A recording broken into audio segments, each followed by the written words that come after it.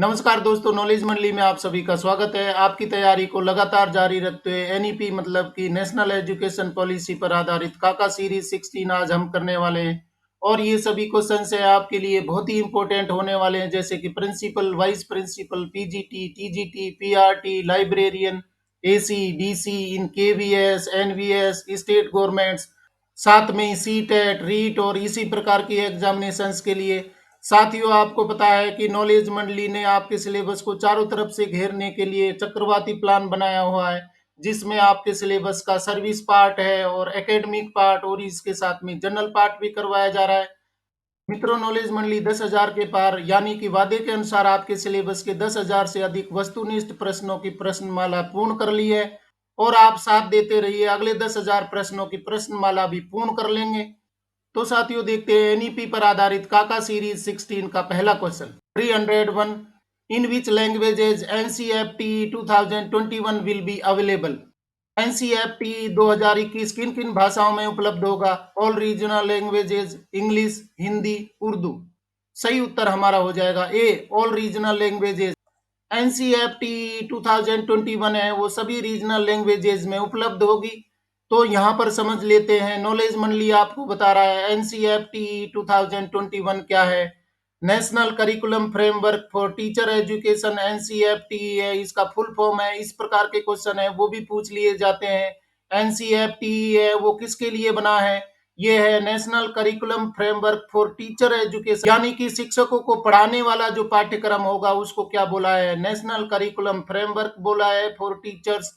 और इसका short form है एनसीईआरटी है। ये कब तक तैयार हो जाएगा? 2021 तक।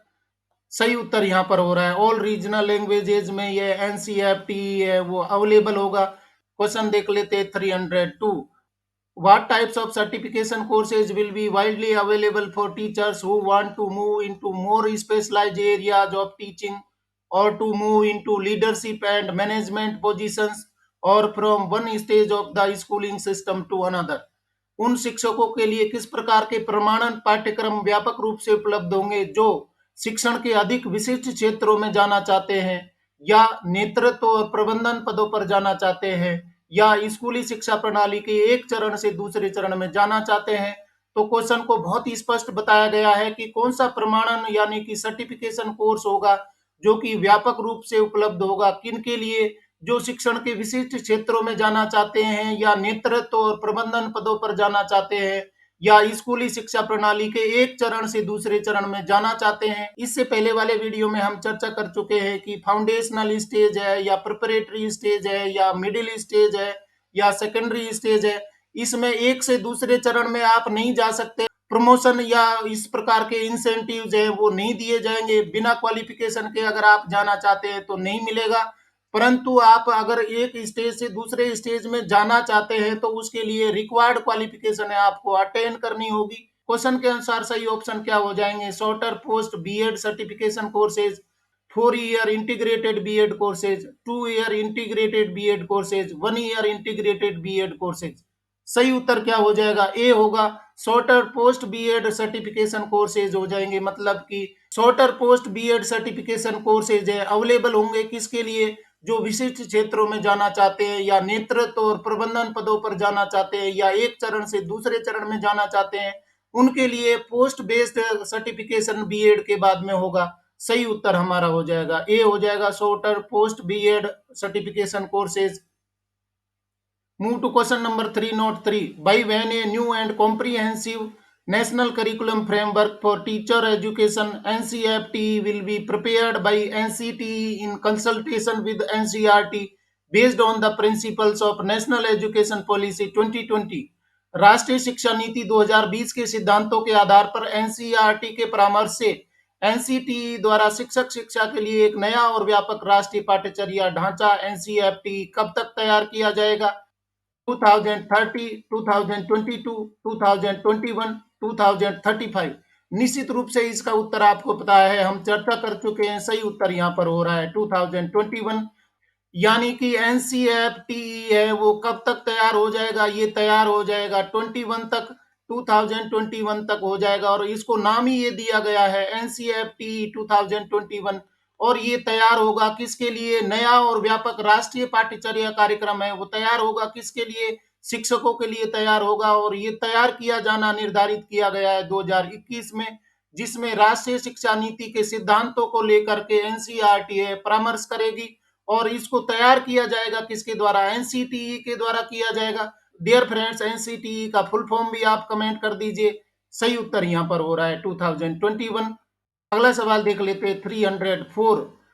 By studying, researching, documenting, and compiling various international pedagogical approaches to teaching various subjects in India, who will imbibe these approaches in India's pedagogy?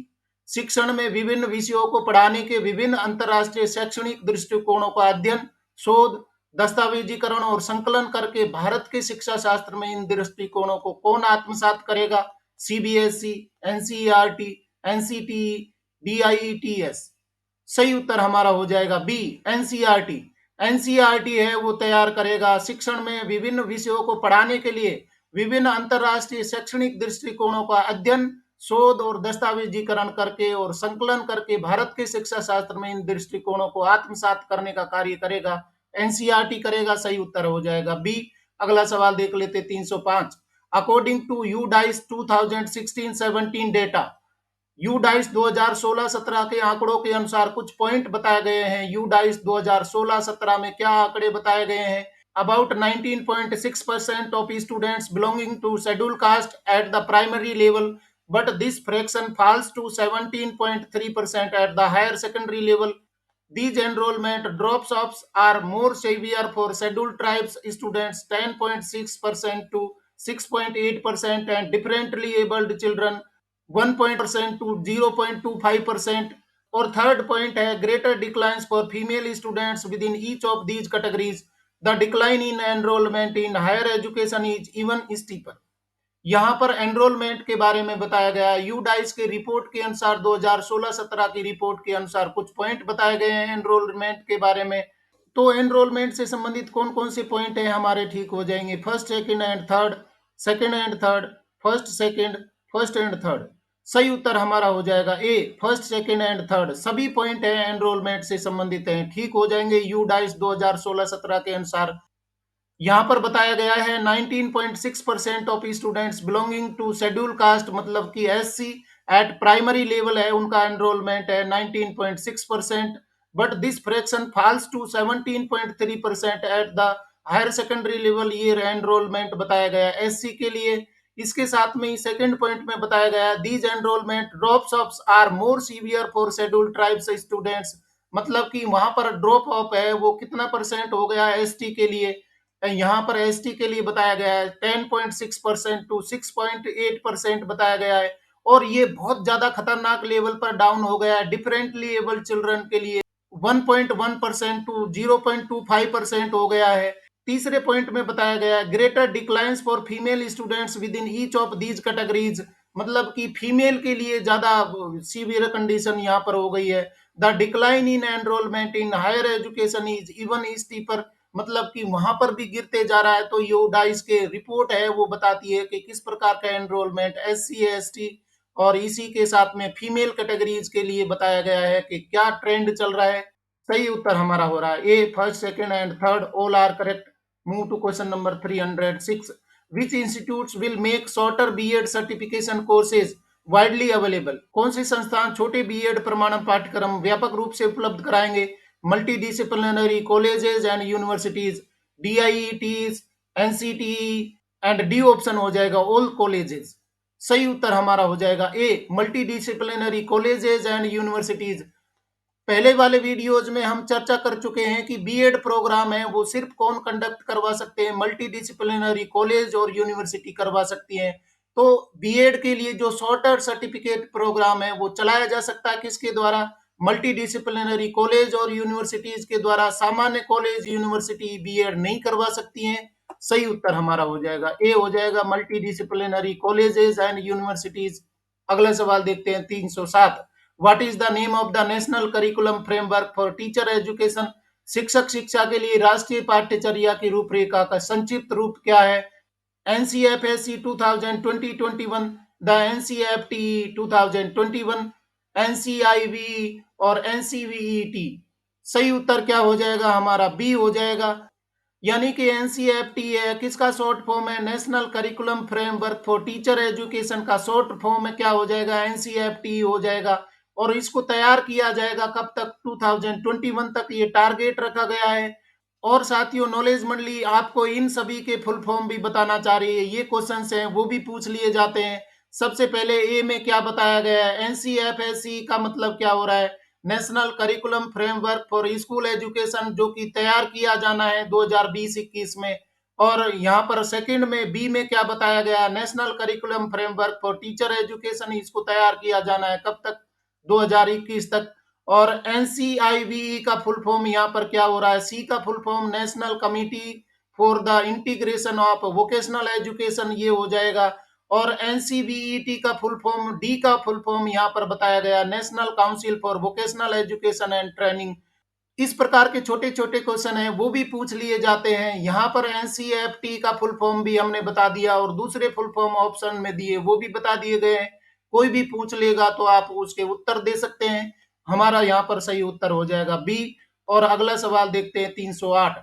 After how many years NCFT 2021 will be revised as per the emerging needs of teacher education? शिक्षक शिक्षा की उभरती जरूरतों के अनुसार कितने वर्षों के बाद में एनसीएफटी 2021 को संशोधित किया जाएगा? Twice every 5-10 years, every year, once every 5 to 10 years, once every 3 years। सही उत्तर क्या हो जाएगा? एनसीएफटी है, मतलब कि national curriculum framework for teacher education है, उसको कितने वर्षों के बाद में रिवाइज किया जाना चाहिए? क्योंकि यहाँ पर उभरती जरूरतों के अनुसार उसको बदलना जरूरी हो जाएगा, संशोधित करना जरूरी हो जाएगा। सही उत्तर हमारा हो जाएगा सी, वंस एवरी 5 to 10 years, मतलब कि 5 से 10 वर्ष में एनसीएफटी है फिर से रिवाइज किया जाएगा, बदला जाएगा। सही उत्तर हमारा हो जाएगा C. Question number 309। In order to completely restore the integrity of the teacher education system, strict action will be taken against the sub standard institutions running in the country, including closure of which institution if needed. शिक्षक शिक्षा प्रणाली की सत्यनिष्ठा को पूरी तरह से बहाल करने के लिए देश में चल रहे घटिया संस्थानों के खिलाफ सख्त कार्रवाई की जाएगी, जिसमें जरूरत पड़ने पर किन संस्थानों को बंद करना भी शामिल है? Multi disciplinary education and research universities MERU, teacher education institutions TEIs, higher education institution HEIs. और डी ऑप्शन हो जाएगा block institute of teacher education BITEs. तो सही उत्तर क्या हो जाएगा? शिक्षक शिक्षा की सत्यनिष्ठा को बहाल करने के लिए संस्थान है अपना स्टैंडर्ड बनाए रखें, और अगर घटिया संस्थान चल रहे हैं तो उनके खिलाफ कार्रवाई की जाएगी और बंद भी किए जा सकते हैं। सही उत्तर हमारा हो जाएगा बी, टीचर एजुकेशन इंस्टीट्यूट से उनको स्टैंडर्ड मेंटेन करना पड़ेगा, नहीं तो उनके खिलाफ कार्रवाई होगी। और अगर आवश्यक हुआ तो उन इंस्टीट्यूट को क्लोज भी किया जा सकता है, बंद किया जा सकता है। Move to question number 310। Which of the following is the single greatest tool for achieving social justice and equality? इनमें से क्या सामाजिक न्याय और समानता प्राप्त करने का एकमात्र सबसे बड़ा साधन है? Education, foundational literacy and numeracy, technical education, higher education. इनमें से वो कौन सा साधन है जो सामाजिक न्याय और समानता को प्राप्त करने में बल प्रदान करेगा, बहुत ही जरूरी हो जाएगा? सही उत्तर होगा हमारा ए, एजुकेशन। शिक्षा वो साधन है जो कि सामाजिक न्याय और समानता प्राप्त करने में मदद करता है। सही उत्तर हो जाएगा हमारा ए। दूसरे पॉइंट हैं वो हो सकते हैं, परंतु शिक्षा में सब चीजें शामिल हो जाती हैं, तो पहला पॉइंट है ज्यादा स्ट्रॉन्ग बन रहा है। इस प्रकार के सिमिलर ऑप्शन हैं वो दिए जाते हैं और ज्यादा रेलेवेंट होता है, ज्यादा स्ट्रॉन्ग पॉइंट है, वही आपका सही उत्तर होगा। डियर फ्रेंड्स, क्वेश्चन पसंद आ रहे हैं तो लाइक बटन जरूर दबाइए। देखते हैं question number 311। What must the education system aim to benefit India children? भारत के बच्चों को लाभान्वित करने के लिए शिक्षा प्रणाली का क्या लक्ष्य होना चाहिए? No children loses any opportunity to learn and excel because of circumstances of birth और background, opportunity of education according to the talent, it is necessary to classify education, education should be an opportunity enhancer. तो सही उत्तर क्या हो जाएगा? भारत के बच्चों को लाभान्वित करने के लिए शिक्षा प्रणाली का क्या लक्ष्य होना चाहिए? सही उत्तर हमारा हो जाएगा A, no child loses any opportunity to learn and excel, यानी कि किसी भी प्रकार की अपॉर्चुनिटी है, लाभ से वंचित नहीं रहना चाहिए। किसके लिए? सीखने के और उसको एक्सेल करने का लाभ है, उससे वंचित नहीं रहना चाहिए। किसकी वजह से? बर्थ और बैकग्राउंड की वजह से, मतलब कि कहाँ उसका जन्म हुआ है इसके आधार पर, और उसका बैकग्राउंड क्या है इसके आधार पर उसको लाभ है या अपॉर्चुनिटीज से वंचित नहीं किया जा सकता सीखने से और उसको पढ़ने से।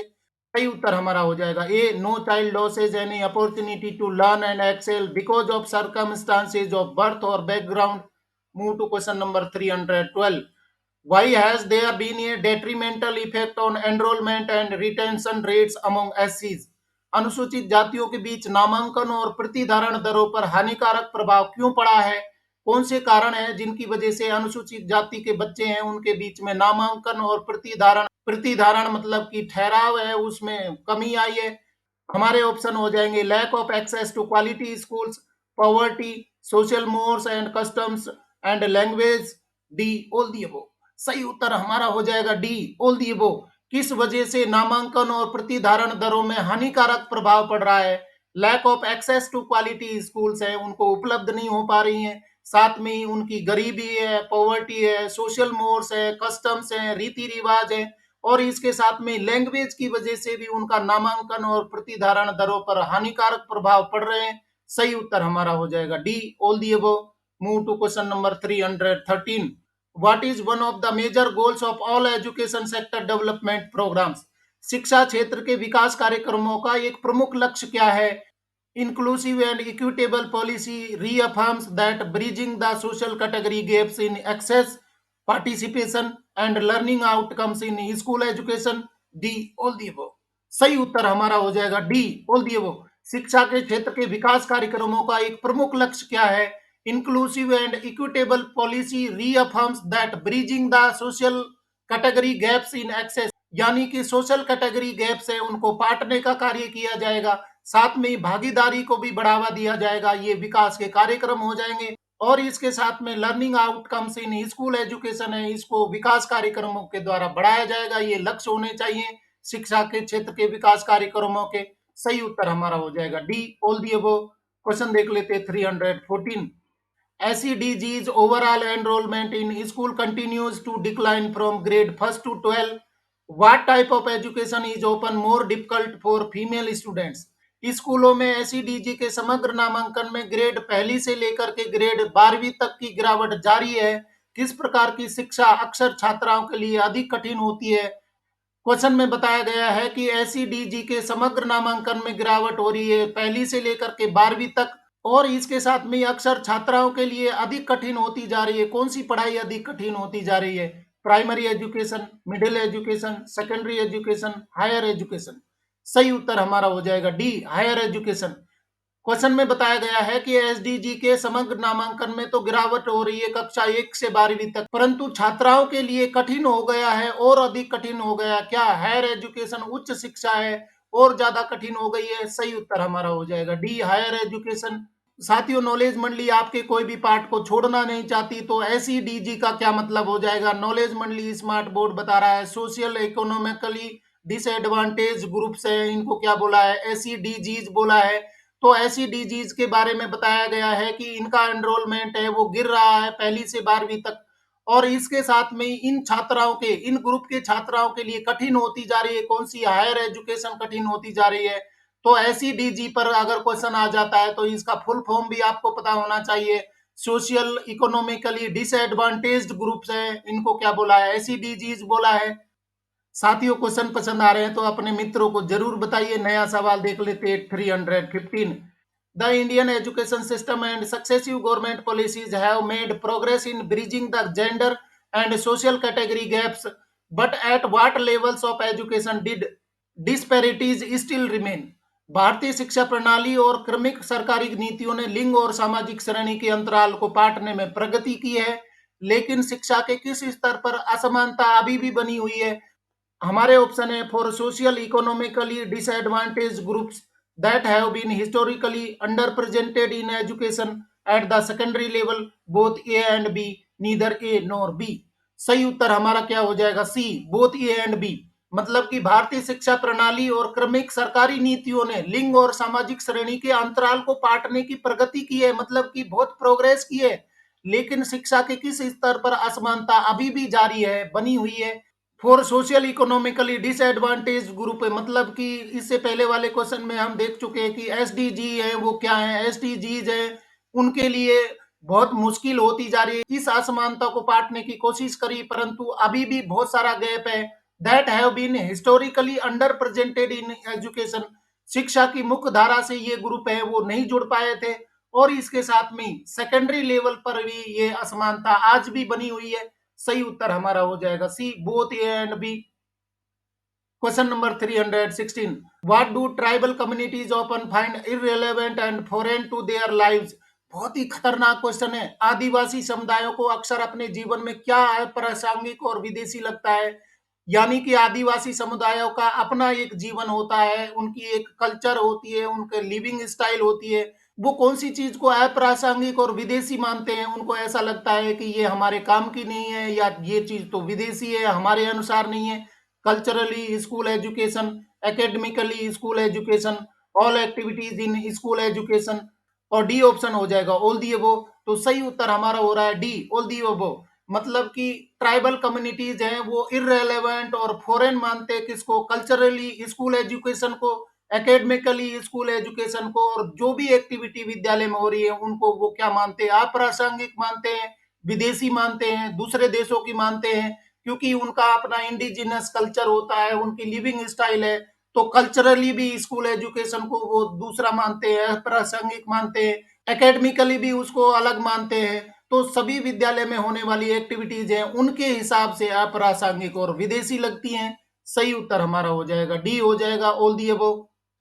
मित्रों, नेशनल एजुकेशन पॉलिसी 2020 पर आधारित काका सीरीज 16 का अगला सवाल देख लेते हैं। 317, socio economically disadvantage groups SEDGs can be broadly categorised based on. SDGs के कैटेगराइजेशन को देख लेते हैं। Gender identities, female and transgender individuals, socio cultural identities, schedule caste, schedule tribes, OBCs and minorities, geographical identities, students from villages, small towns and aspirational districts, socio-economic conditions, migrant, low-income group, children in vulnerable situations, children of victims of trafficking, orphan children, beggars in urban areas, सामाजिक आर्थिक रूप से वंचित समूह। एसईडीजीज को मोटे तौर पर किस आधार पर वर्गीकृत किया जा सकता है, कौन कौन से पॉइंट ठीक हो जाएंगे। First second and third, first second third and fourth, first second and fourth, second third and fourth. सही उत्तर हमारा हो जाएगा B, first second third and fourth. चारों पॉइंट है वो कैटेगराइजेशन के लिए ठीक हो जाएंगे। जेंडर आइडेंटिटी के आधार पर फीमेल को या ट्रांसजेंडर को बांटना, इसके साथ में सोशियो कल्चरल आइडेंटिटी है, शेड्यूल कास्ट है, शेड्यूल ट्राइब है, ओबीसी है, माइनॉरिटी है, इसके आधार पर भी कैटेगराइजेशन किया जा सकता है। ज्योग्राफिकल आइडेंटिटीज है जैसे कि स्टूडेंट्स फ्रॉम विलेजेज है, स्मॉल टाउन्स है, और एस्पिरेशनल डिस्ट्रिक्ट्स है, इसमें भी कैटेगराइजेशन किया जा सकता है। सोशियो इकोनॉमिकल कंडीशंस है, माइग्रेंट स्टूडेंट्स है, लो इनकम ग्रुप्स है, मतलब कि माइग्रेशन कर रहे हैं पेरेंट तो उनके साथ में बच्चे भी माइग्रेट होते हैं। नो इनकम हाउस होल्ड है, चिल्ड्रन इन वल्नरेबल सिचुएशंस है, साथ में children of victims of trafficking, orphan child beggars in urban areas. इनके आधार पर इनको क्या किया गया है, कैटेगराइजेशन किया है एसईडीजीज को। सही उत्तर हमारा हो जाएगा बी, हो जाएगा first second third and fourth are the broad categories for categorisation of SEDGs को।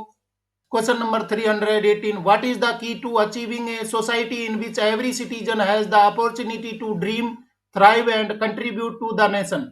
एक ऐसे समाज को प्राप्त करने की कुंजी क्या है जिसमें प्रत्येक नागरिक को सपने देखने, फलने फूलने और राष्ट्र के लिए योगदान करने का अवसर मिले।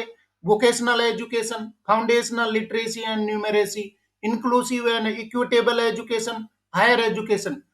एक ऐसे समाज को प्राप्त करने की कुंजी क्या है जिसमें प्रत्येक नागरिक को सपने देखने, फलने फूलने और राष्ट्र के लिए योगदान करने का अवसर मिले।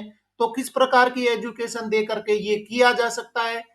सही उत्तर हमारा हो जाएगा C, inclusive and equitable education, यानी कि समावेशी शिक्षा और साथ में समानतापूर्ण शिक्षा अगर प्रदान करेंगे तो प्रत्येक नागरिक है उसको सपने देखने, फलने फूलने और राष्ट्र के निर्माण में योगदान देने का अवसर मिल सकता है। कौन सी एजुकेशन के द्वारा, इंक्लूसिव एंड इक्विटेबल एजुकेशन के द्वारा। सही उत्तर हमारा हो जाएगा C, inclusive and equitable education. Move to question number 319, What groups face disadvantages at multiple levels due to various historical and geographical factors? विभिन्न ऐतिहासिक और भौगोलिक कारणों के कारण किन समूहों को कई स्तरों पर नुकसान का सामना करना पड़ता है? Economically weaker section EWS, tribal communities and children from scheduled tribes STs, other backward classes OBCs, minorities. सही उत्तर हमारा हो जाएगा B, tribal communities and children from scheduled tribes STs है। विभिन्न ऐतिहासिक और भौगोलिक कारकों के कारण इन समूहों को, ट्राइबल कम्युनिटीज को और चिल्ड्रन फ्रॉम एसटी ग्रुप्स हैं, इनको कई स्तरों पर नुकसान हो सकता है, इनको सामना करना पड़ता है कठिनाइयों का। सही उत्तर हमारा हो जाएगा B, tribal communities and children from scheduled tribes. और यहाँ देख लेते हैं नेशनल एजुकेशन पॉलिसी 2020 पर आधारित काका सीरीज 16 का अंतिम क्वेश्चन 320।